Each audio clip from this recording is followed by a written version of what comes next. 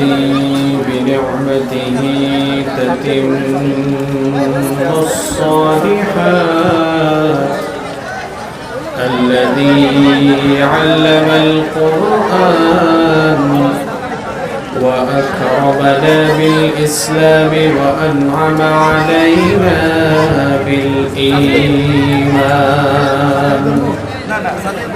نستغفره ونتوب إليه وأشهد أن لا إله إلا الله وحده لا شريك له وأشهد أن سيدنا وسندنا وحبيبنا وطبيبنا وطبيب أرواحنا محمدا عبد الله ورسوله أرسله بالحق بشيرا ونذيرا وداعيا إلى الله بإذنه وسراجا وقمرا منيرا أما بعد فقد قال الله تعالى في كلامه المجيد وفي فرقانه الحميد أعوذ بالله من الشيطان الرجيم بسم الله الرحمن الرحيم إن الله وملائكته يصلون على النبي يا أيها الذين آمنوا صلوا عليه وسلموا تسليما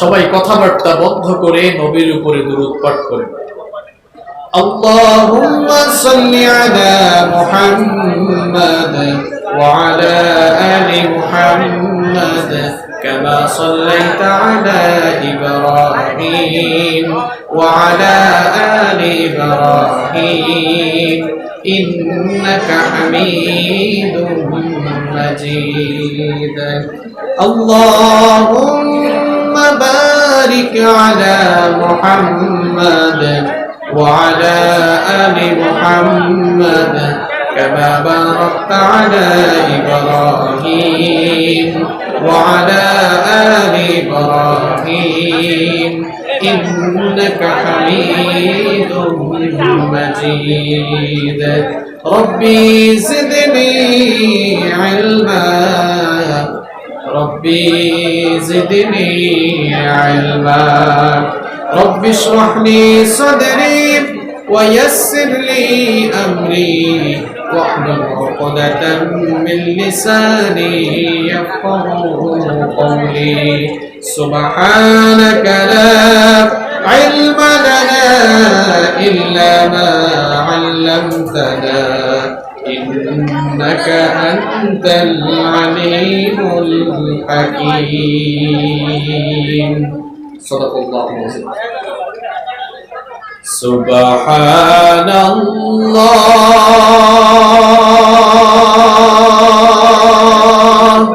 الحمد لله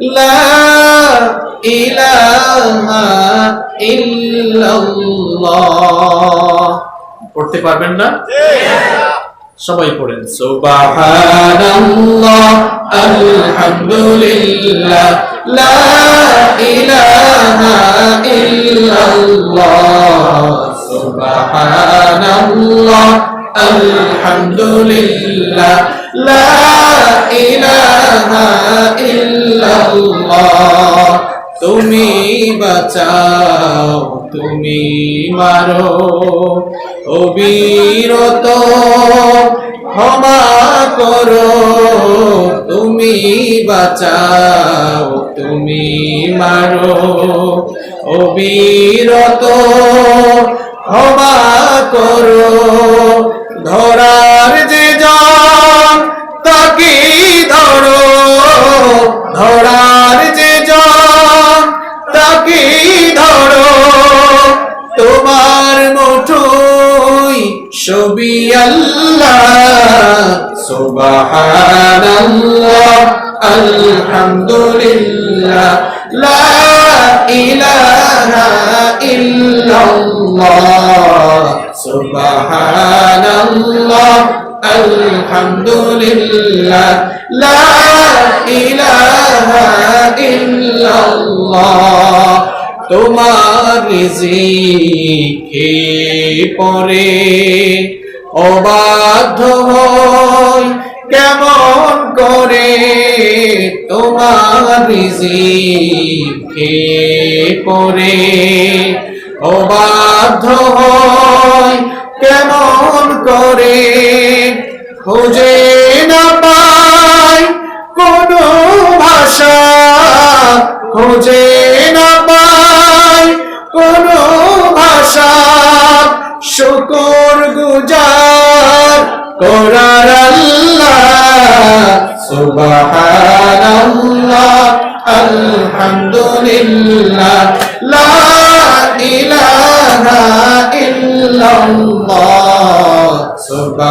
সুবহানাল্লাহ আলহামদুলিল্লাহ লা ইলাহা ইল্লাল্লাহ তোমার দয়ায় মোদের ধরা সারা জাহান তোমার গড়া তোমার দয়ায় মোদের ধরা সারা জাহান তোমার গড়া তোমারই পথে আমার জীবন তোমারই পথে আমার জীবন কবুল করো ওগো আল্লাহ সুবহানাল্লাহ আলহামদুলিল্লাহ লা ইলাহা ইল্লাল্লাহ সুবহানাল্লাহ আলহামদুলিল্লাহ লা ইলাহা ইল্লাল্লাহ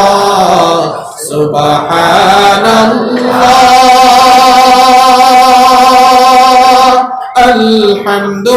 আলহামদুলিল্লাহ লা ইলাহা ইল্লাল্লাহ।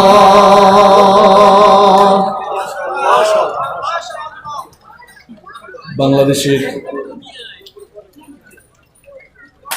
অত্যন্ত সুপরিচিত ঐতিহ্যবাহী লক্ষ্মীপুর জেলার সদর উপজেলার অন্তর্গত দিশারি ইসলামী সংগঠনের উদ্যোগে আয়োজিত আজকের এই দ্বিতীয়তম বার্ষিক তাফসীরুল কোরআন মাহফিলে সম্মানিত শ্রদ্ধাভাজন সভাপতি বিশিষ্ট আলেমে দ্বীন হাজার হাজার অসংখ্য আলেমের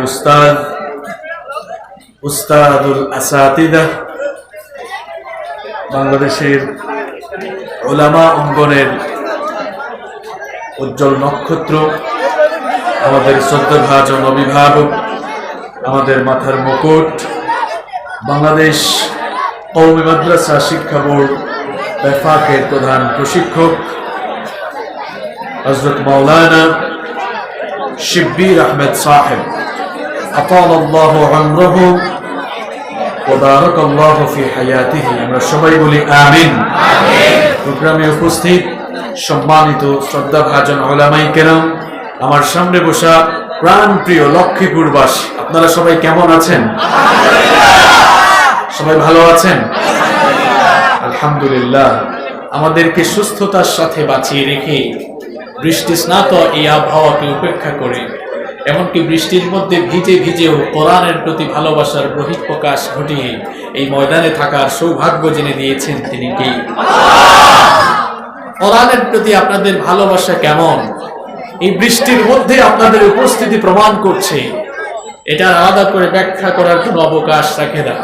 সুতরাং আমি এক বাক্যে বলতে চাই, যেই দেশে প্রচন্ড রোদ কোরআন প্রেমীদেরকে ঘরে আটকাতে পারে না, যেই দেশে প্রচন্ড বৃষ্টি মানুষকে কোরআনের ময়দান থেকে দূরে নিতে পারে না, যেই দেশের লোকেরা কোরআনের জন্য এত মাতোয়ারা, এত পাগল পারা, এই দেশে আল্লাহর কোরআনের বিরুদ্ধে, ইসলামের বিরুদ্ধে যারা অবস্থান নেবে তারা টিকে থাকতে পারবে না। আমরা আল্লাহর কোরআনকে ভালোবাসি কম না বেশি? যেই দেশের লোকেরা কোরআনের জন্য এত মাতোয়ারা, এত দেওয়ানা, এত পাগল পারা, এই দেশে আর কিছু থাকুক আর না থাকুক, ইসলাম ছিল, ইসলাম আছে, থাকবেই থাকবে ইনশাআল্লাহ। আসুন আমরা আগে আল্লাহর শুকরিয়া আদায় করি, যিনি আমাদেরকে কোরআনের প্রতি, যিনি আমাদের অন্তরে কোরআনের প্রতি ভালোবাসা তৈরি করেছেন, যিনি আমাদের অন্তরে ইসলামের প্রতি মহব্বত পয়দা করে দিয়েছেন, যিনি এই বৃষ্টি স্নাত হওয়া উপেক্ষা করে বৃষ্টিতে ভিজে ভিজেও কোরআনের আলোচনা শোনার সৌভাগ্য দিয়েছেন। সেই রবের জন্য শুকরগুজার হয়ে সকলেই পড়ছি আলহামদুলিল্লাহ। সম্মানিত ভাইয়েরা, আপনারা আমাকে বলেন তো দেখি, আমি লক্ষ্মীপুরে বছরের পর বছর ধরে আসতেছি, আমি জানি লক্ষ্মীপুরের মানুষ কোরআন প্রেমিক মানুষ, লক্ষ্মীপুরের মাটি ইসলামের ঘাঁটি, এটা আমরা সবাই জানি। সুতরাং যেই অঞ্চলের, যেই এলাকার লোকেরা কোরআনুল কারীমকে এত ভালোবাসে, সেই অঞ্চলের লোকেরা কোরআনের কথা শুরু হয়ে গেলে তারা চুপচাপ হয়ে থাকবে। এটা তাদের ভদ্রতা আর নম্রতার বহিঃপ্রকাশ ঘটাবে ইনশাআল্লাহ। আপনারা সবাই আমাকে বলেন তো দেখি, কোরআনের কথা শুরু হয়ে গেলে আর কোনো কথা চলতে পারে? সবাই বলেন, চলতে পারে? আজকে যে ভাইরা এত কষ্ট করে, এত শ্রম দিয়ে, এত মেহনত করে আজকে কোরআনের এই বাগান সাজালেন, আমরা যারা এসেছি নিশ্চয়ই নিঃসন্দেহে এই প্রোগ্রাম থেকে আমরা কিছু কথা শ্রবণ করে আমরা বেনিফিটেড হওয়ার আশায়, আমরা দিলের খোরাক নিয়ে যাওয়ার আশায়, আমাদের জীবন গঠনের জন্য, জীবন পরিবর্তনের নিয়তে আমরা এখানে এসেছি, ঠিক না? সুতরাং কোরআনের মাহফিল থেকে বেনিফিটেড হওয়ার জন্য, উপকৃত হওয়ার জন্য আপনাকে দুটো আমল করতে হবে, দুটো কাজ করতে হবে। বুঝে থাকলে আমার কথার জবাব সবাই একটু আওয়াজ করে দেন তো, এই মাহফিল থেকে আমরা উপকৃত হতে চাই কি চাই না? চাই কি চাই না? লক্ষ্মীপুরের আওয়াজ হয় নাই, এখানে পাশেই মেঘনা নদীর তাজা তাজা ইলিশ খান আপনারা, আওয়াজগুলোও তাজা তাজা হওয়া লাগবে, ঠিক কি না? আমরা এই মাহফিল থেকে বেনিফিটেড হতে চাই কি চাই না? চাই তো। আমরা বেনিফিটেড হতে চাই, তাহলে এই প্যান্ডেলের নিচে বসে দুটা কাজ করব। কয়টা? আরো জোরে। এটা ইংলিশের আওয়াজ, এটা পুঁটি মাছের আওয়াজ হয়েছে। দেখছেন আল্লাহর কি রহমত, বৃষ্টিও বন্ধ হয়ে গেছে। আলহামদুলিল্লাহ পড়বেন না? আমি জানি হুজুর, লক্ষ্মীপুরে আসতে আসতে আর ইলিশ খাইতে খাইতে আমিও তাজা হয়ে গেছি। কি বলেন? লক্ষ্মীপুরের ভাই অনেক আসছে না, সব চিনি এলাকা। আলহামদুলিল্লাহ। দেখেন আল্লাহর জিকির দিয়ে মাহফিল শুরু হয়েছে, আল্লাহ খুশি হয়ে গেছেন, বৃষ্টিও বন্ধ। আলহামদুলিল্লাহ। আপনারা খুশি না বেজার? তাহলে আজকের এই মাহফিল থেকে আমরা উপকৃত হওয়ার জন্য সবাই কাজ করব দুইটা। কয়টা? এই দুটো কাজ আমরা করব, তাহলেই আমরা আজকের মাহফিল থেকে বেনিফিটেড হব, উপকৃত হব। রব্বুল আলামিন কোরআনুল কারীমে বলেছেন, ওয়া ইযা কুরিআল কুরআনু ফাসতামিউ লাহু ওয়া আনসিতু লাআল্লাকুম তুরহামুন। এই কথাটা মোল্লার না আল্লাহর? তাহলে সবাই আমার দিকে তাকান আর শোনেন। ওয়া ইযা কুরিআল কুরআন, যখন কোরআন পাঠ করা হবে, যখন কোরআনের আলোচনা শুরু হয়ে যাবে, ফাসতামিউ, দিলের কান দিয়ে তা শ্রবণ করো। নাম্বার 1, কনসেন্ট্রেট হয়ে যাও, কনসেন্ট্রেট হয়ে যাও, মনোযোগী হয়ে যাও। নাম্বার 2, সবাই সাইলেন্ট হয়ে যাও, ফানসিতু। নাম্বার 2, আনসিতু, আল্লাহ বলছেন নীরব হয়ে যাও, সাইলেন্ট হয়ে যাও, চুপ হয়ে যাও। কারণ যেখানে আল্লাহর কালামের কথা শুরু হয়, ওখানে যে কথা বলবে সে আল্লাহর কালামের সঙ্গে বেয়াদবি করবে। আমার মুখ ছুটাইয়েন না, ভালো করে বুঝাচ্ছি কিন্তু। এরপরে যেই কথা বলবে আমি দাঁড় করে দেব, আগে বুঝাচ্ছি, বুঝলে বুঝ ভাতা, না বুঝলে তেজ ভাতা। একটু পরে কিন্তু দাঁড় করাবো। কথা শোনা যায়? তাহলে মাহফিলে এই প্যান্ডেলে বসেছি, কাজ করব কয়টা? কয়টা? দুইটা। এই তুমি এত নাচানাচি করো কেন? ইলিশ মাছের তেল খাইছো বেশি। দেখো না, এই আমার বাবা চাচা কি সুন্দর বসে গেছেন, সুবহানাল্লাহ। আমার চাচারা বসে গেছেন, তুমি এত নড়াচড়া করো কেন? তেল খেয়ে আসছো নাকি মাছ? এই তোমার আবার কি হয়েছে, দাঁড়াইছো কেন? একটু আগে বলছেন এখন ধরবো আমি, এটা ক্লাসের মতো। ওর আবার কি হইলো? কালো শার্টের বসায় দাঁড়াবে, টান দিয়ে বসান, বসো। তোমার অবস্থা দেখে তো মনে হচ্ছে মাছের লেজ খাইয়ে আসছো, খালি পেছন দিকে দৌড় মারো কেন? রাগ করেছেন আপনারা? বৃষ্টি হোক না, এর চেয়ে আরো বহু বৃষ্টিতে মাহফিল হয়েছে। গিয়েছিলাম বান্দরবানে, ঝড় তুফান আসছে, কয় হুজুর উঠতে পারবেন না, তুফান চলবে, আপনার আলোচনা কোরআনের তুফানও চলবে, আমরাও তুফানের মতো বসে শুনবো। পারবো তো ইনশাআল্লাহ? কিয়ামতের দিন আমরা আল্লাহকে বলতে পারবো, আল্লাহ বৃষ্টির মধ্যে বসে বসে কিন্তু কোরআন শুনছি, মাফ না দিয়া, আমরা কিন্তু মাফ না নিয়ে আজকে আমরাও আপনার কাছে আবদার বন্ধ করবো না, আল্লাহ মাফ করেন। আল্লাহ চাইলে মাফ করবেন কিনা? আমরা আল্লাহর দয়া চাই কি চাই না? কারা কারা আল্লাহর দয়া চাই না? হাত তুলেন। তার মানে সবাই দয়া চাই, আলহামদুলিল্লাহ। আমার ভাইরা, আজকের এই মাহফিল থেকে বেনিফিটেড হতে হলে কাজ করবো কয়টা? আরো জোরে দেখি কে মনে রাখছে। এক নাম্বার কি বলছিলাম? মনোযোগী হতে হবে, এক নাম্বার। দুই নাম্বার চুপ থাকতে হবে। পারবো তো ইনশাআল্লাহ? এখন প্রশ্ন হলো, হুজুর এই দুইটা কাজ করলে ঘটনা কি ঘটবে? আল্লাহ বলছেন লাআল্লাকুম তুরহামুন, সম্ভবত তোমাদের উপরে আমার রহমত নাযিল হবে। আরো আস্তে বলেন সুবহানাল্লাহ। চলেন আর দেরি করব না। আমি অনেক আগে রওনা করেছিলাম। আমার এই কলিজার টুকরা ভাইরা যদি বলতো, হুজুর আমাদের প্রায় 15-20 কিলো রাস্তাটা খুব খারাপ, আপনি 1 ঘন্টা আগে রওনা দিয়ে দিন, আমি দিতে পারতাম না? পারতাম। 1 ঘন্টা আগে বের হইতাম। অথবা তারা যদি বলতো, হুজুর গাড়িটা রেখে দেন, আমাদের বাইক দিয়ে চলেন, অসুবিধা কি? চলে যেতাম।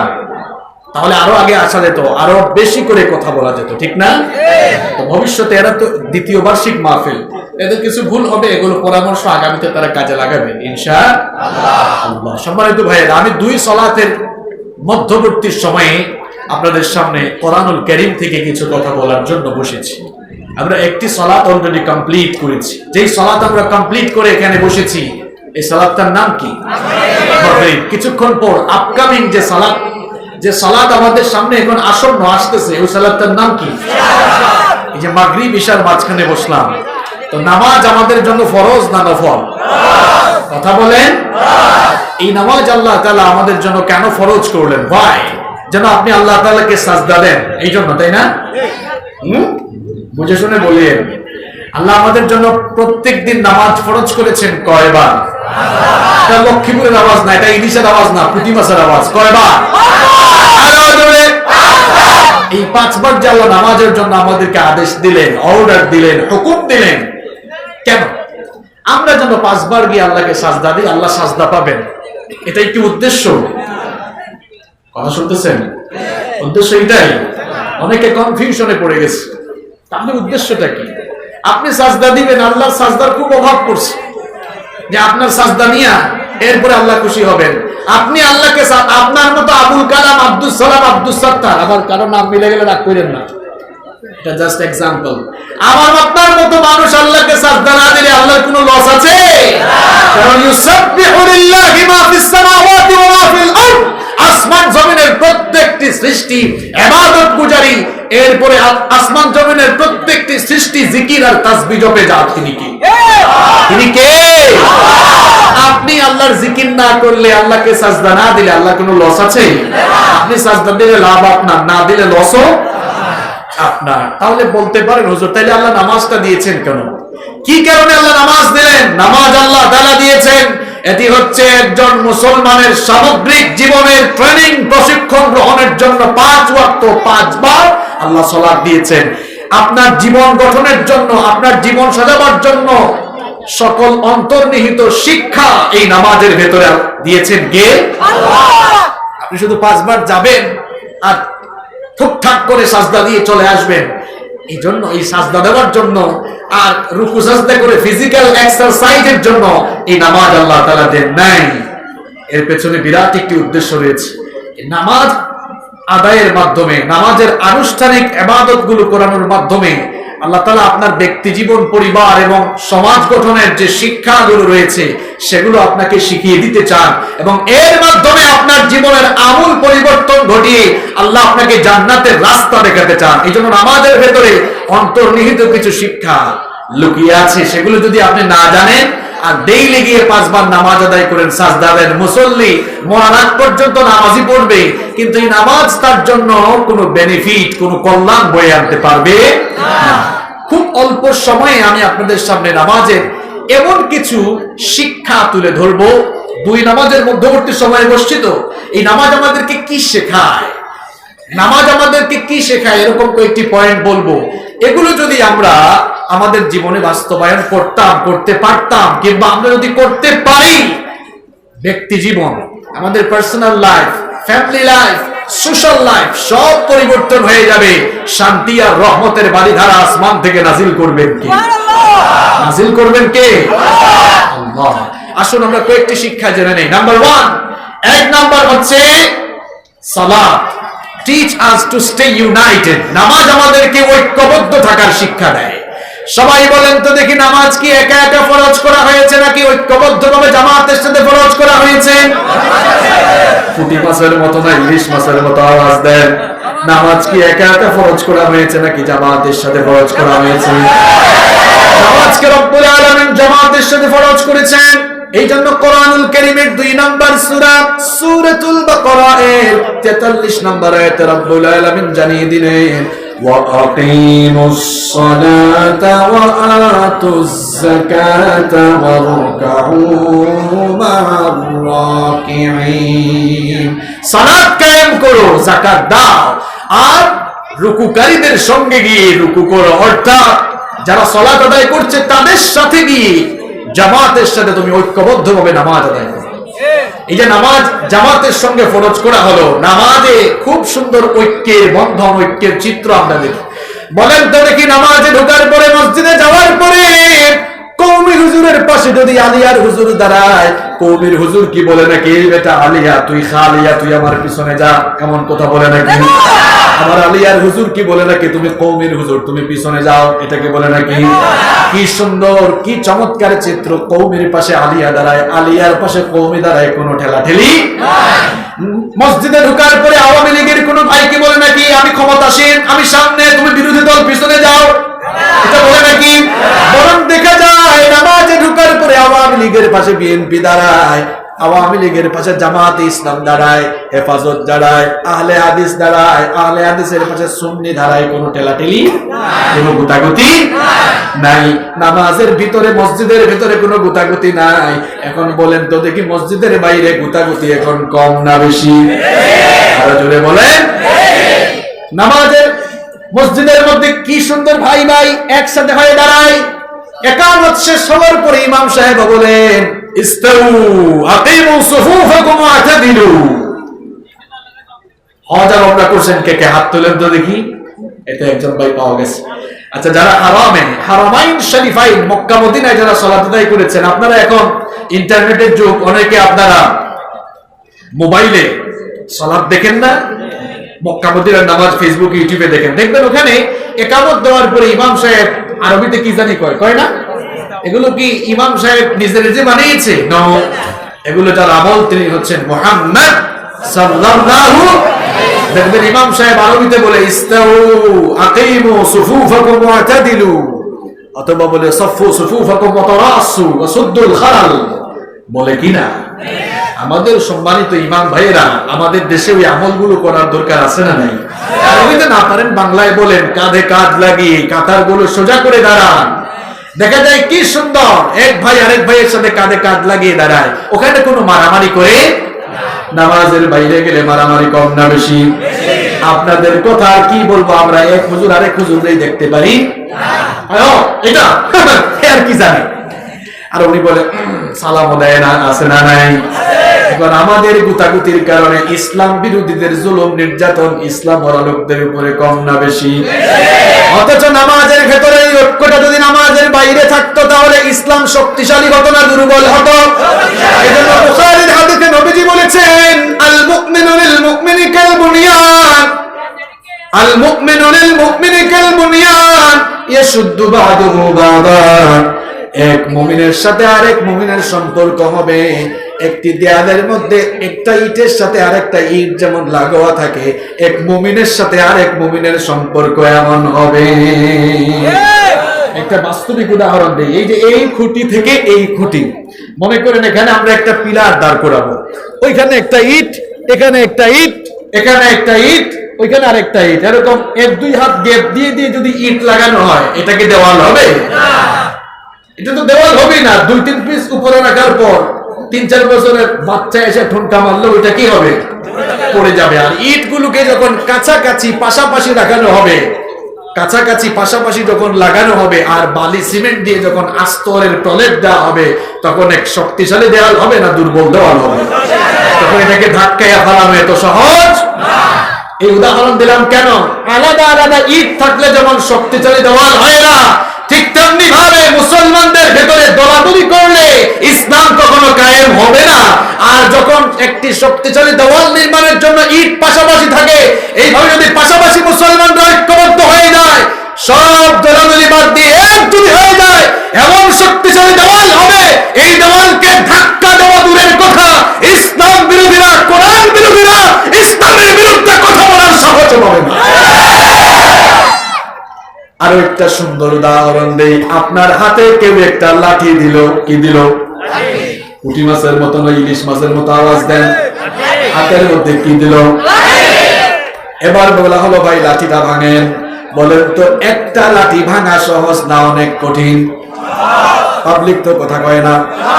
এই চুপচাপ বসে যাও যুবক ভাইরা, একটা সাউন্ড হবে না, কোনো ডিস্টার্ব করা যাবে না।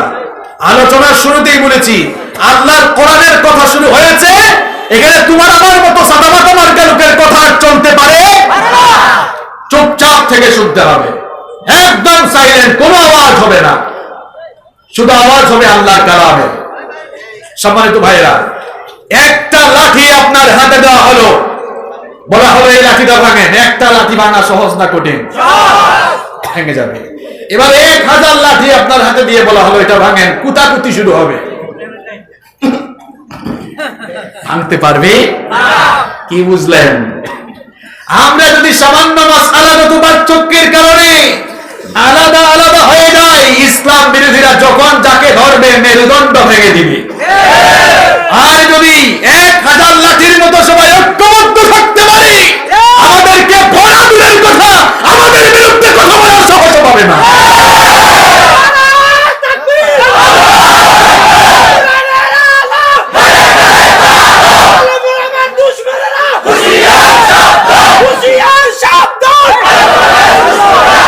এখন আমাদের গুতাগুতির কারণে তারা সুযোগ পায় বেশি, ঠিক কি না?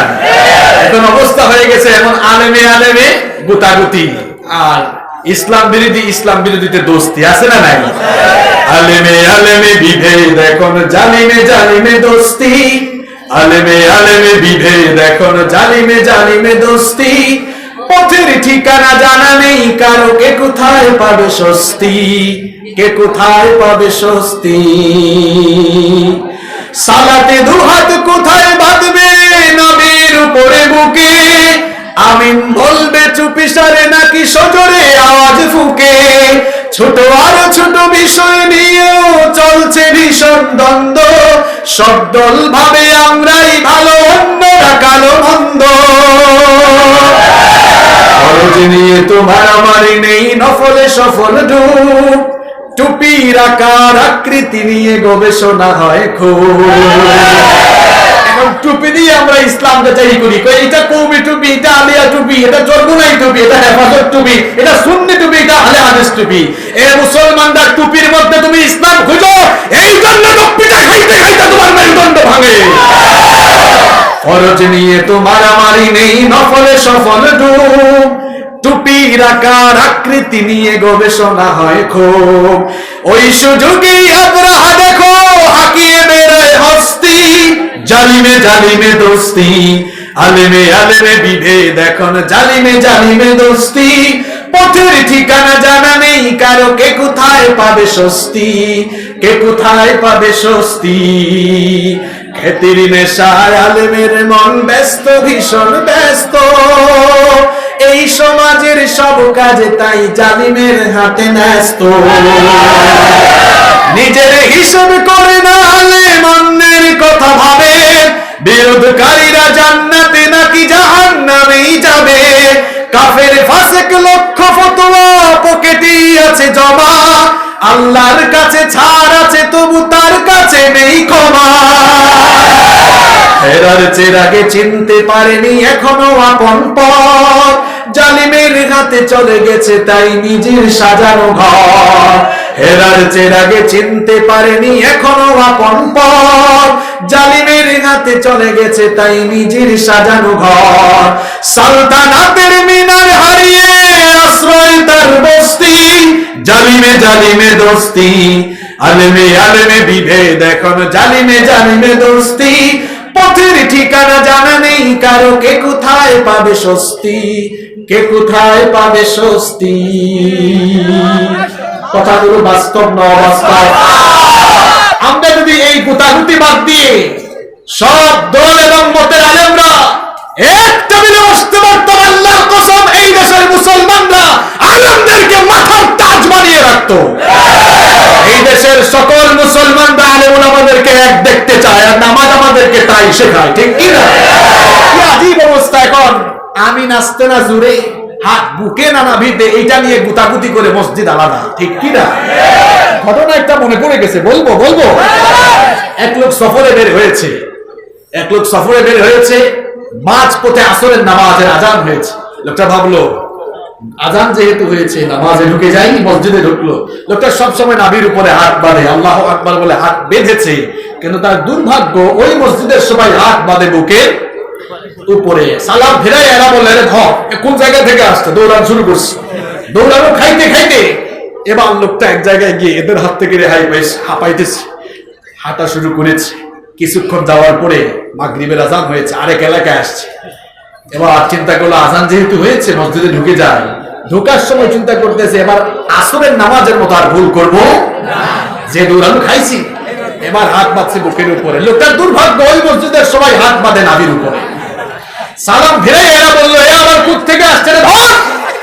দৌড়ান শুরু করছে, দৌড়াইতে দৌড়াইতে লোকটা এক জায়গায় গিয়ে এদের হাত থেকে রেহাই পাইছে, হাঁপাইতেছে, হাঁটা শুরু করলো। কিছুক্ষণ পর এশার আজান হইল, লোকটা নামাজে ঢুকলো, মসজিদে ঢুকে খুব চিন্তায়। আসরের নামাজে খাইছে একবার দৌড়ান, মাগরিবের নামাজে খাইছে আরেকবার দৌড়ান, একবার হাত বাঁধছি নাভির উপরে তাও দৌড়ানো খাইছি, আরেকবার হাত বুকের উপরে তাও দৌড়ানো খাইছি। জানি না এখন আর কপালে কি আছে। চিন্তা করলো যেহেতু কপালে যা আছে তাই হবে, এখন আর নাভির উপরেও না বুকের উপরেও না, একবারে কপালেই হাত বাঁধছে কপালের উপরে। এবং লোকজন তারে দেখে কয়ে ভাই রে তুমি কপালে হাত বাঁধছো কেন? ঘটনা শোনাইলো, শোনায় বলে ভাই জানি না এসব নামাজের কপালে কি আছে, এটা তো কপালের উপরেই বাঁধছি, যা হওয়ার ওই কপালেই হবে। আপনাদেরকে হাসানোর জন্য কথা বলি নাই। দেখবেন এখন সামান্য মাসআলাগত পার্থক্যের কারণে ঢাকা সহ বিভিন্ন জায়গায় এক গোষ্ঠী মসজিদকে ভাগ করে দিয়েছে। এই সাহস তোমাকে কে দিয়েছে? আপনার সাথে আমার মতের অমিল থাকতে পারে, মাসআলাগত পার্থক্য থাকবে, এটা নিয়ে আলোচনা হতে পারে, তাই বলে আমি আমার ভাইয়ের সাথে দ্বন্দ্ব করতে পারি না। এটা ইসলামের সৌন্দর্য না, বরং ইসলামের সৌন্দর্য হলো আমার ভাইয়ের সাথে আমার মতের অমিল থাকবে, তার মতকে আমি রেসপেক্ট করব, আমার মতকে সে রেসপেক্ট করবে। This is the beauty of Islam. এটাই ইসলামের সৌন্দর্য।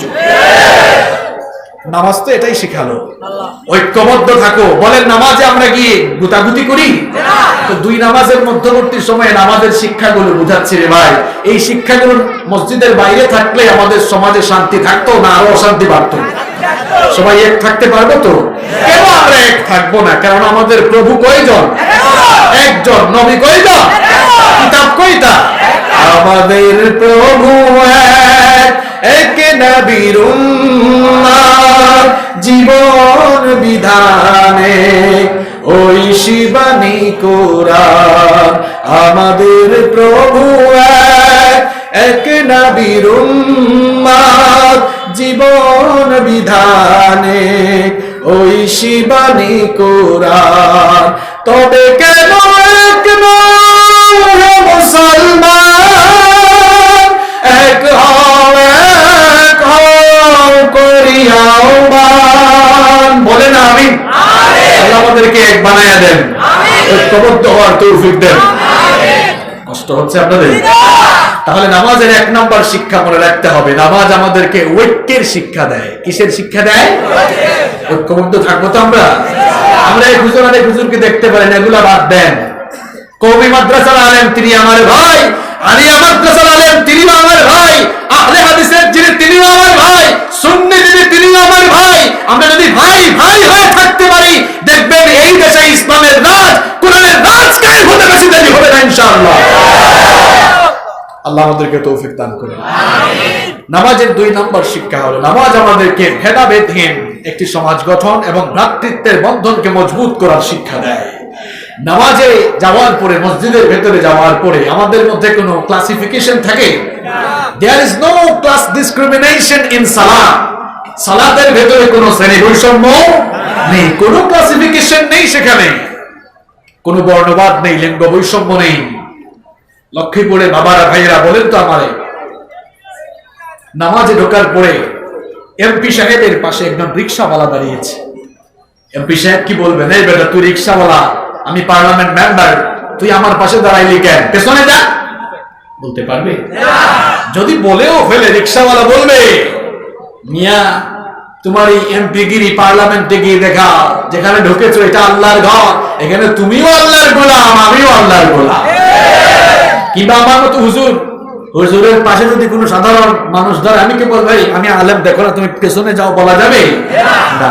দেখা যায় আলেমের পাশে সাধারণ মানুষ দাঁড়ায়, এরপরে আপনি বড় বিজনেস ম্যাগনেট, আপনার পাশে কুলিওয়ালা, ঠেলাওয়ালা, রিকশাওয়ালা দাঁড়াবে, তাকে আপনি আপনার পাশ থেকে সরিয়ে দিতে পারবেন না, কারণ এখানে যারা এসেছে সবার একটাই পরিচয়, আল্লাহর কাছে সবাই গোলামকার। এই জন্য মহাকবি, কবি সম্রাট আল্লামা ইকবাল তার কবিতায় বড় চমৎকার করে বলেছেন, এক হি সফ মে খড়ে হোগে মাহমুদ ও আয়াজ, এক হি সফ মে খড়ে হোগে মাহমুদ ও আয়াজ, না কোই বান্দা রহা না কোই বান্দা নওয়াজ। নামাজে আসার পর সম্রাট মাহমুদ আর তার চাকর আয়াজ যখন একই কাতারে পাশাপাশি কাছাকাছি দাঁড়িয়ে যায়, তখন সম্রাট আর সম্রাটের ভূমিকায় থাকেন না, চাকর তখন চাকরের ভূমিকায় থাকে না, সম্রাট আর চাকর দুজনেই তখন কার গোলামে পরিণত হয়ে যায়? গোলাম কার? এখন বলেন তো লক্ষ্মীপুরের বাবারা ভাইয়েরা, নামাজের এই শিক্ষা কি মসজিদের বাইরে আছে নাকি? আপনারাই বলছেন নাই, আমার কোনো দোষ। তার মানে আমাদের মধ্যে আমল। নামাজে মসজিদে ঢুকলে দেখা যায় ড্রাইভার আর তার মালিক একসাথে দাঁড়ায়, কিন্তু নামাজের বাইরে ড্রাইভার আর মালিক একসাথে বসে খেতে পারে না। দেখা যায় নামাজে যখন যায়, মসজিদে যখন যায়, একই কাতারে দেখা যায় ঘরের চাকর আর মালিক একসাথে দাঁড়ায়। দেখা যায় নামাজের বাইরে চাকর আর মালিকের অনেক ব্যবধান আছে না নাই? তার মানে নামাজের শিক্ষা আমরা নিতে পারি নাই। দেখা যায় নামাজে যখন আমরা যাই, নামাজে ঢুকলে, মসজিদে ঢোকার পরে সবাই আমরা ভাই ভাই হয়ে কাঁধে কাঁধ লাগিয়ে দাঁড়াই, আর নামাজের বাইরে আমরা সবাই স্ট্যাটাস অনুযায়ী, যার যার ডিগনিটি অনুযায়ী চলাফেরা করি, আছে না নাই? নামাজের ভেতরে, মসজিদের ভেতরে রিকশাওয়ালার পাশে দাঁড়াইলে ঘামের গন্ধ নাকে লাগে না, আর নামাজ থেকে বের হয়ে রিকশাওয়ালাকে ডাক দিলে, রিকশাওয়ালা কাছে আসলে অনেকে নাক ধরে, আছে না নাই? নামাজের ভেতরে রিকশাওয়ালাকে কোনো কটু কথা বলে না, কিন্তু আমার দেশে এমন অনেক হারামি আছে, চাইনিজ রেস্টুরেন্টে খাওয়ার পরে ওখানে যে ওয়েটার থাকে তাকে 100 টাকা 200 টাকা বকশিশ দিয়ে দেয়। আমার রিকশাওয়ালা ড্রাইভার বাবা অথবা রিকশাওয়ালা ড্রাইভার ভাইটাকে যে 20 টাকা বাড়িয়ে দিতে পারে না, বরং সুযোগ পাইলে মারামারি করে গালি দেয়। এরকম মানুষ লক্ষ্মীপুরে নাই? আপনারাই বলছেন আছে, তার মানে কমন পড়ে গেছে। এরকম হারামি আছে না নাই? ওয়েটারকে 50 টাকা 100 টাকা দেয়, তুমি কেমন হারামি যে রিক্সা ড্রাইভারকে, আর রিক্সা চালানো কত কঠিন, দেখলেই তো দয়া লাগে।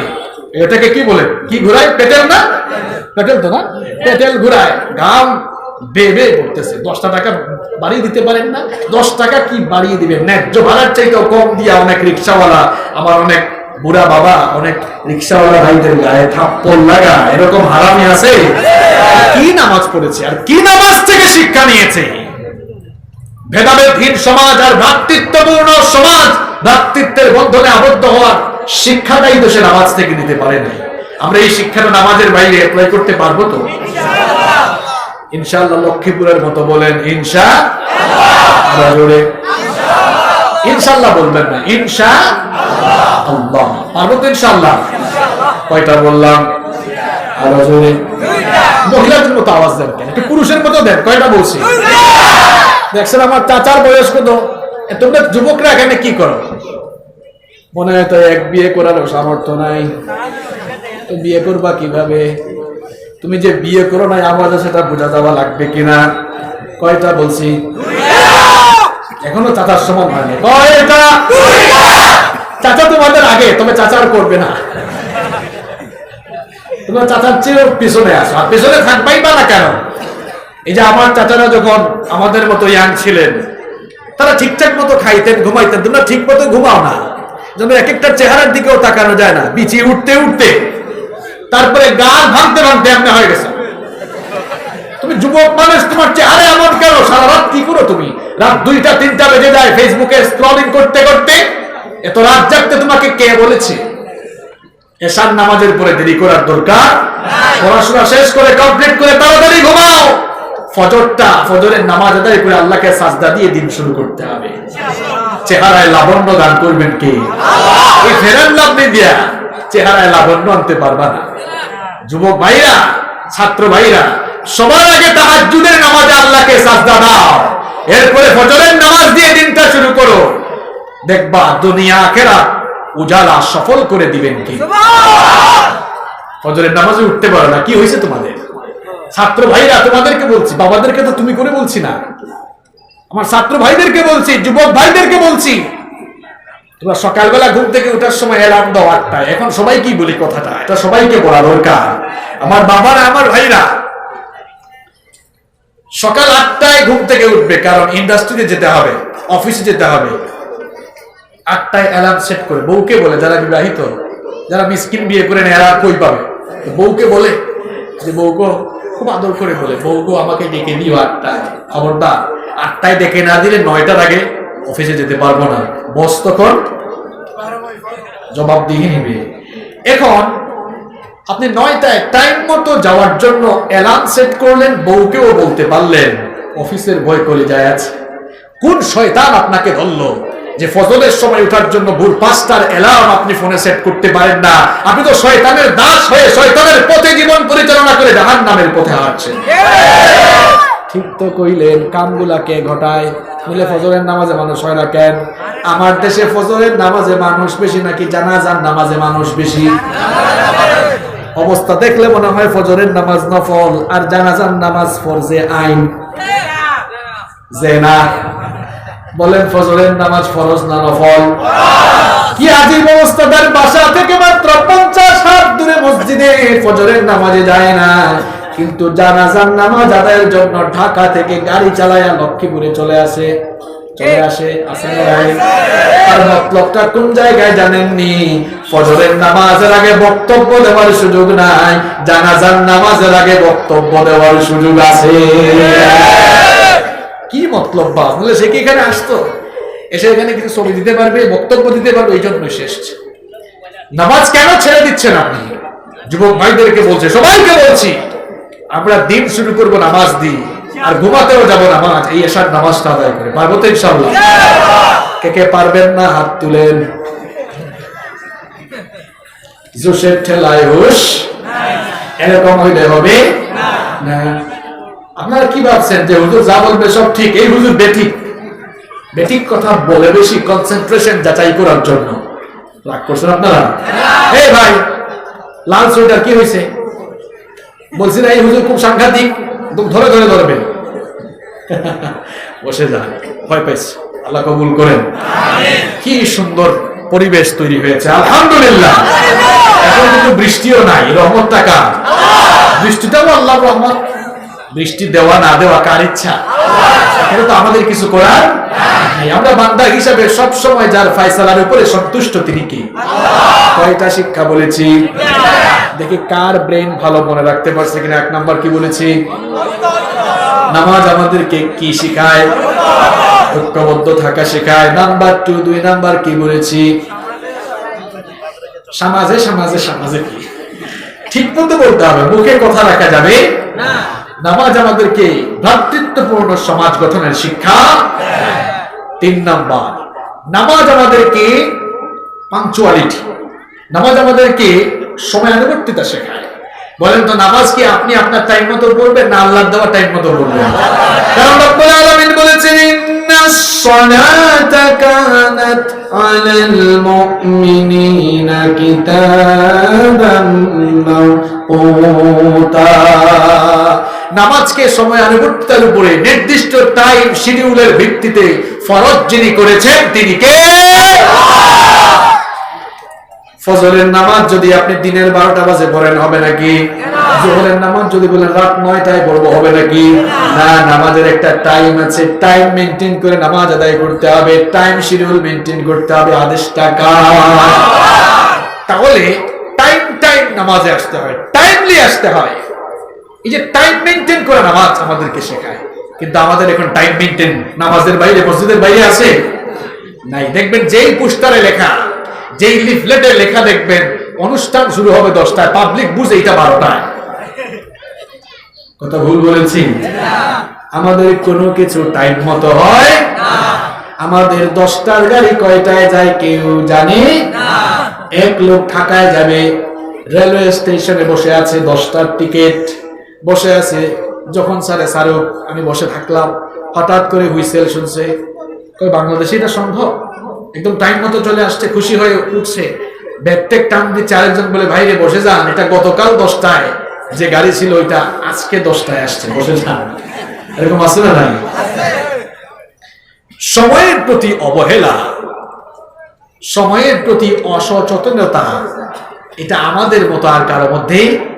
এই জন্য আমরা উন্নতি করতে পারি নাই, আমাদের ক্যারিয়ার সুন্দর হয় না। যুবক ভাইয়েরা, ছাত্র ভাইয়েরা, আমাদের ক্যারিয়ার সুন্দর হয় না, আমাদের ক্যারিয়ার ভালো হয় না, সমৃদ্ধ হয় না। কেন? আমরা টাইমলি কাজ করি না। যদি টাইমলি কাজ করতাম আমাদের ক্যারিয়ার অনেক সুন্দর হতো, জীবন সুন্দর হতো, জীবনের সকল সেক্টরে পরিবর্তন আসতো, জীবনের সকল সেক্টরে আমরা সুখ শান্তি আর সমৃদ্ধি দেখতাম। এই যে অশান্তি সব দিকে ঝামেলা, এর কারণ টাইম মেনটেন হয় না। নামাজ আমাদেরকে টাইম মেনটেন করা শেখায়। এটা মসজিদের বাইরে অ্যাপ্লাই করার দরকার আছে না নাই? নাম্বার 4, নামাজের 4 নম্বর শিক্ষা হলো, নামাজ আমাদেরকে সঠিক নেতা নির্বাচনের শিক্ষা দেয়। নামাজ আমাদেরকে সঠিক নেতা নির্বাচনের শিক্ষা। মসজিদ 2 নামাজের মাঝখানে, তো নামাজ কি শেখায় এটা নিয়ে আলোচনা করি। নামাজ আমাদেরকে সঠিক নেতা নির্বাচনের শিক্ষা। সবাই একটু আওয়াজ দিয়ে বলেন তো দেখি, আপনাদের এলাকায় মসজিদ আছে না নাই? মসজিদের ইমাম দরকার, তেলাওয়াত ঠিক না, তেলাওয়াত অশুদ্ধ, ইমাম রাখবেন কিনা?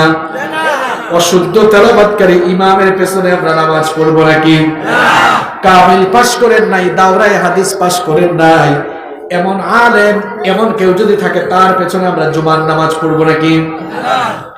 এবার বলেন, ইমাম সাহেব যদি অনৈতিক কোন কাজের সঙ্গে জড়িত থাকেন, আমরা সেটা জানি, তাহলে তার পেছনে কি আমরা নামাজ পড়তে রাজি নাকি? ইমাম সাহেবের বউ যদি পর্দা না করে, ওই ইমামের পেছনে কি আপনারা নামাজ পড়বেন নাকি? হায় হায়, বোঝা গেল আমরা খুব সচেতন না অসচেতন? আরো জোরে বলেন, খুব সচেতন। কিন্তু প্রশ্ন হলো, 200, 400, 500, 1,500 মানুষের নামাজের ইমাম বানানোর জন্য এত কিছু দেখেন, হাজার হাজার লক্ষ লক্ষ মানুষের নেতা বানানোর সময় লোকটা চোর কিনা, বাটপার কিনা, চাঁদাবাজ কিনা, টেন্ডারবাজ কিনা, ক্যাসিনোবাজ কিনা, হারামখোর কিনা, এইগুলো দেখে শুনে যাচাই বাছাই করি না বলে আমাদের মাথার উপর থেকে দুঃখ দুর্দশার বোঝা কমে না।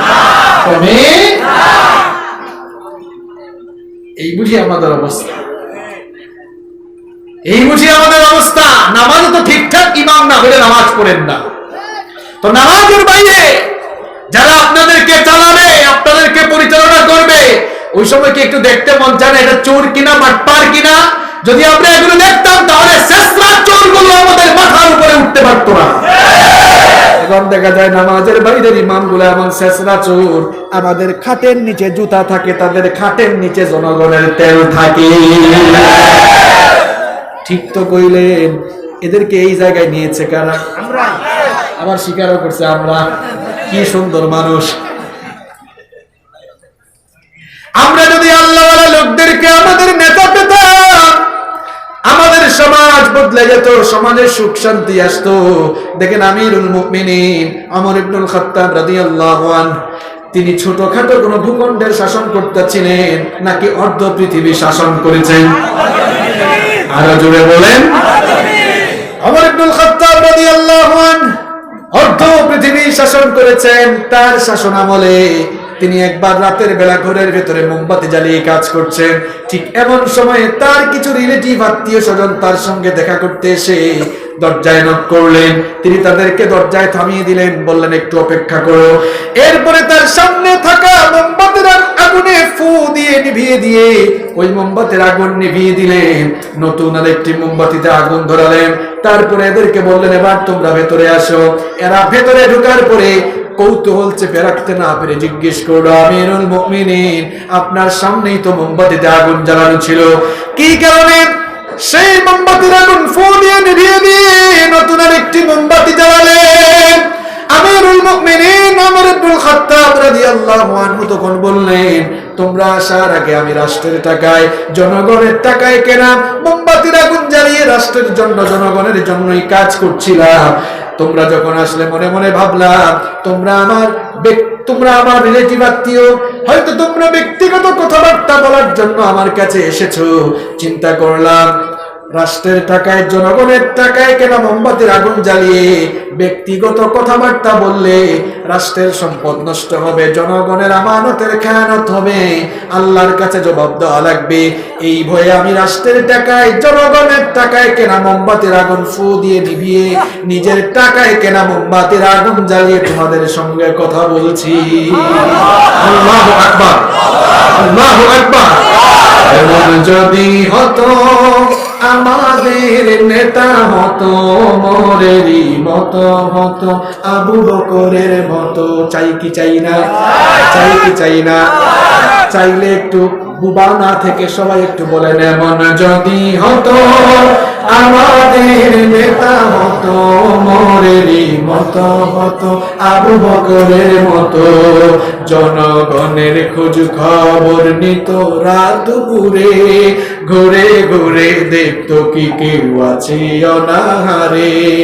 আমার দেশের কৃষক শ্রমিক বঞ্চিত হতো না, আমার দেশের মা বোনেরা লাঞ্ছিত হতো না, ধনী গরিব ভালোবাসার জীবন ফিরে পেত।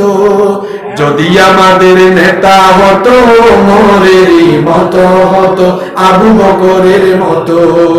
এমন যদি হতো আমাদের নেতা হতো, ওমরেরই মতো হতো, আবু বকরের মতো। আল্লাহ আমাদেরকে বুঝার তৌফিক দাও।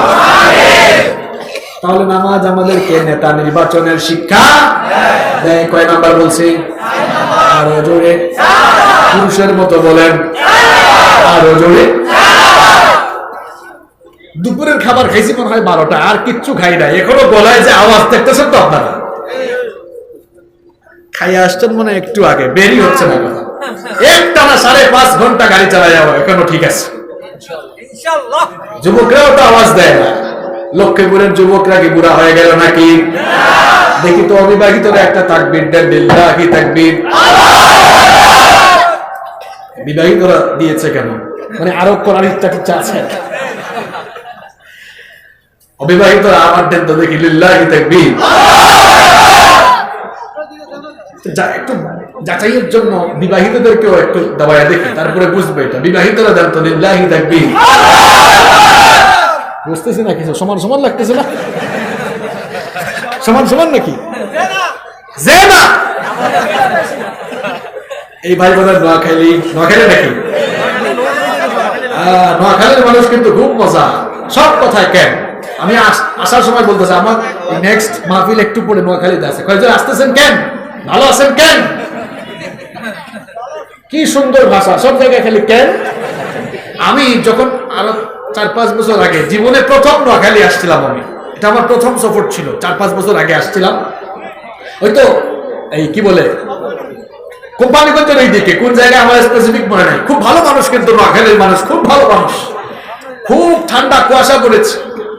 আমি আসছি, আসার পরে বলে ভালো আছেন কেন, আমি তো বুঝি না তখন, আমি তো সিলেটি মানুষ, জানেননি আপনারা, আমি তো সিলেটি নোয়াখালীর ভাষা বা এই সময় কোনটাও বুঝতাম না। আমি আরো জায়গা রাত থাকি আবার চিটাগা, কিন্তু তো আরো মজা। তো বদ্দা কেন আছো গমজনি, সিলেট গেলে ভাইব কিতাব বাবা হিসাব বাবানি, আর চিটাগঙ্গে আর আপনাদের নোয়াখালীতে আসলে কি সুন্দর করে বলে ভালো আছেন কেন। মনে মনে ভাবলাম আমি ভালো আছি কেন জিজ্ঞেস করে, না ভালো আছি কিনা এটা জিজ্ঞেস করে, বুঝতেছি না। আমি বললাম আলহামদুলিল্লাহ, এতটুকু বললাম, প্রথম আসছি তো। পরে বলতেছে হুজুর ভালো মতো আসছেন কেন, আলহামদুলিল্লাহ। মানে আমি ভাবছিলাম মনে বলতেছে ভালো মতো আসছেন কেন নাকি, আমি তো বুঝি না ভাই। একটু পরে বলতেছে হুজুর হানি খাইবেন, হানি হানি। আমি ভাবছি লোকটা মনে হয় শিক্ষিত মানুষ, স্মার্ট মানুষ, যে কুয়াশা পড়েছে, আমি ঠান্ডায় একটু আমার কষ্ট হচ্ছে দেখে মনে হয় বলতেছে হুজুর একটু মধু আনি, একটু দয়া আসছে ভিতরে। বললাম ভাই প্লিজ আনতে পারলে খুব ভালো হয়। আমি খুশি হয়ে বলছি ভাই তাড়াতাড়ি আনেন। কিছুক্ষণ পরে তার হাতে দেখলাম গ্লাস, মনে মনে ভাবলাম চাইলাম হানি, আনলো দেখি পানি। বললাম ভাই চাইলাম হানি, আনলেন দেখি পানি। কয় হুজুর আমি তো হানির কথাই বলছি। আসলে ভাষা সুবহানাল্লাহ, এটা হাসির কিছু না, হাসির কিছু না। এই যে ভাষার বৈচিত্র্য, এদিকে তাকান ভাই, অনেকে বিভিন্ন অঞ্চলের ভাষা নিয়ে ঠাট্টা মস্করা করে না। ومن آياته خلق السماء ومن آياته خلق السماوات والأرض واختلاف ألوانكم وألسنتكم إن في ذلك لآيات لقوم কি ইয়াকিলুন না। আল্লাহ তাআলা বলছেন এই যে ভাষা আর বর্ণের বৈচিত্র্যতা, এর ভেতরে যার কুদরতের নিদর্শন পাওয়া যায় তিনি কি আল্লাহ।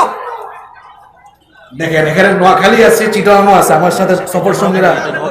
আচ্ছা আমি একটা উদাহরণ দিচ্ছি, এই যে আমার সাথে যারা আছেন সব চট্টগ্রামের, আমি সিলেটের, আপনারা নোয়াখালী। দেখেন এটা উদাহরণ দিচ্ছি, আমরা সিলেটে বলি কাউকে পাইলে কিতাব বাবা হিসাব ভালো আছেন নেই, আর আপনারা কি বলেন নোয়াখালীর আঞ্চলিক ভাষা কি বলেন, বলেন বলেন আপনি ভালো আছেন নি, খুব সুন্দর মাশাআল্লাহ, আপনি ভালো আছেন নি।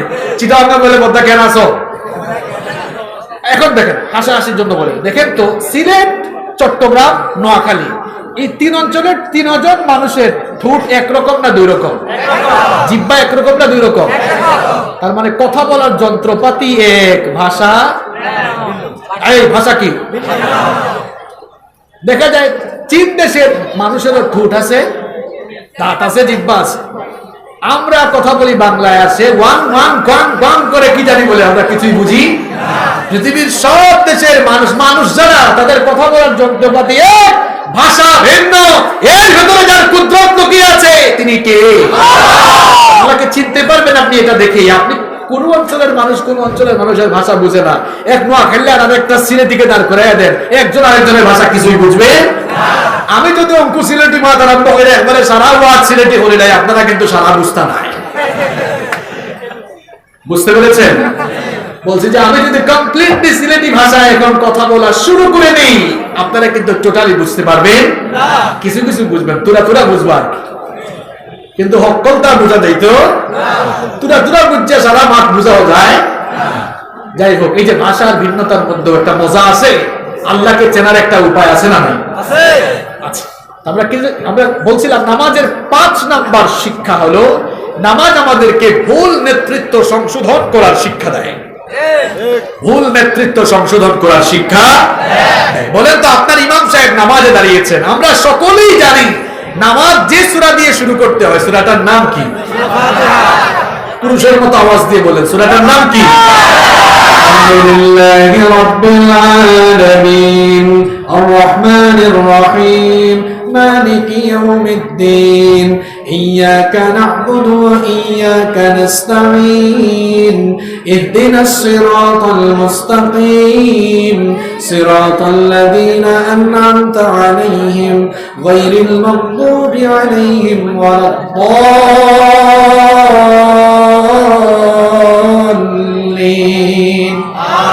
এই সূরাটা দিয়ে নামাজ শুরু হয়। ইমাম সাহেব আল্লাহু আকবার বলে ভুলবশত সূরা ফাতিহা না বলে শুরু করছেন আর রহমানু আল্লামাল কুরআন খালাকাল ইনসান। আলেম লাগবে না, সাধারণ মানুষ যে সে বলবে হুজুরের কি মাথা খারাপ হইল নাকি? ও হুজুর বলেন আলহামদুলিল্লাহি রাব্বিল আলামিন, পেছন থেকে কি আসে? লোকমা আসে। কি আসে? তার মানে বোঝা গেল ইমাম আপনি যত বড়ই যোগ্যতা সম্পন্ন ইমাম হন না কেন, আপনি যদি আল্লাহর দেওয়া তরিকা মতো নামাজ আদায় না করেন, পেছনে কিন্তু আমরা মুক্তাদি আছি, মুসল্লি আছি, আমরা ভুল ধরে ছাড়বো। নামাজের এই শিক্ষা বাইরেও থাকা লাগবে। দেখেন ইসলামী খেলাফতের যে শাসকগণ ছিলেন, আপনারা ইতিহাস করে দেখবেন, যখনই তারা দায়িত্ব গ্রহণ করেছেন, আবু বকর বলেন আর ওমর বলেন, উসমান বলেন আর আলী বলেন রাদিয়াল্লাহু তাআলা আলাইহিম আজমাইন, তারা দায়িত্ব গ্রহণের সময় বলেছেন যতক্ষণ আমাকে আল্লাহ আর রাসূলের আনুগত্যের পথে দেখবা ততক্ষণ অনুসরণ করবা, যখনই দেখবা সেখান থেকে বিচ্ছিন্ন হয়েছে আমাকে সংশোধন করে দিবা। তার মানে হলো আমাদের মুসলমানদের সমাজে কেউ যদি আমাদের নেতা হয়ে অনৈসলামিক বক্তব্য শুরু করে, অনৈসলামিক কথাবার্তা, ইসলাম বিরোধী কাজ শুরু করে, আমরা উগ্র হব না, তারে আমরা আদর করে বুঝাবো, আদর করে বুঝাবো, যেমনি করে আদর করে ইমামকে লুকমা দেই। কিন্তু আদর করতে করতে যদি না মানে, তাইলে দেখেন ইমাম সাহেব বারবার ভুল করতেছে, ওই ইমামের পেছনে নামাজ পড়ি আমরা, সঙ্গে সঙ্গে তাকে পেছনে টেনে নিয়ে আসি। সুতরাং আমাদের ইমাম হয়ে, আমাদের নেতা হয়ে বারবার ভুল করবেন, ইসলামের বিরুদ্ধে, কোরআনের বিরুদ্ধে কথা বলবেন, আমরা উগ্র হব না, আমরা বুঝাবো। বুঝার পরে বুঝ না মানলে ঘাটটা ধরে নামাই দিব। এই জিনিসের শিক্ষা পাওয়া যায় কোথায়? আরো জুড়ে বলেন। দেখছেন কারবার? নামাজের কয়টা শিক্ষা বলছি?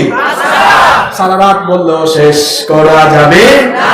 কারণ আমরা যারা কথা বলি, আমরা আমাদের কথা বলি না, কথাগুলো কার?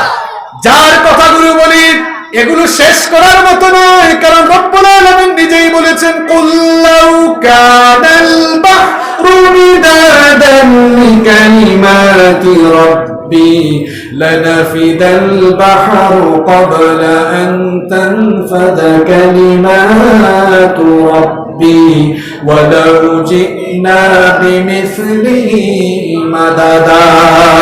রব্বুল আলামিন বলেছেন নবী আপনি বলে দিন, এই দুনিয়ার সকল সাগর মহাসাগরের পানি দিয়ে যদি কলমের কালি বানানো হয়, আর সেই কলমের কালি দিয়ে যদি তোমার রবের কথাগুলো লেখা শুরু হয়ে যায়, লিখতে লিখতে কলমের কালি অর্থাৎ সাগর মহাসাগরের পানি ফুরিয়ে যাবে, তোমার রবের কথাগুলো লিখে শেষ করা যাবে না। আল্লাহু আকবার। আপনি কোন জায়গায় দাঁড়িয়ে বক্তব্য দিয়ে দেখবেন 5-7 মিনিট পর কথা আর খুঁজে পাওয়া যায় না, কিন্তু আল্লাহর কালাম থেকে কথা শুরু হলে কথা শেষ করা যায় না। এর কারণ এটা হচ্ছে জ্ঞানের দরিয়া, জ্ঞানের সাম্রাজ্য।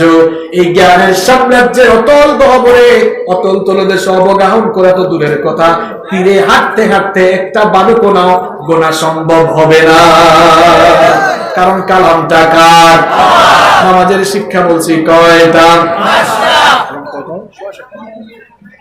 তাহলে আর একটা শিক্ষা বলে ফেলি, বলার তো ছিল অনেক কিছু, সামনে আল্লাহ সুযোগ করে দিলে বলবো ইনশাআল্লাহ। 5টা কি মনে আছে? চলেন একটা ক্লাস টেস্ট হয়ে যাক, দেখি কারা কারা মনে রাখতে পেরেছি। আমরা নামাজের 1 নম্বর শিক্ষা বলেছি, নামাজ আমাদেরকে কি থাকার শিক্ষা দেয়? বাপরে বাপ, এই জন্য তো নোয়াখালীর মানুষ বাংলাদেশের সব সেক্টরে, কারণ মাথা পাক না, মনে থাকে। আলহামদুলিল্লাহ, খুশি হয়েছেন নি আপনারা? আপনারা যে বলেন তাই না, তো শিখলাম যে। ওকে, নাম্বার 2,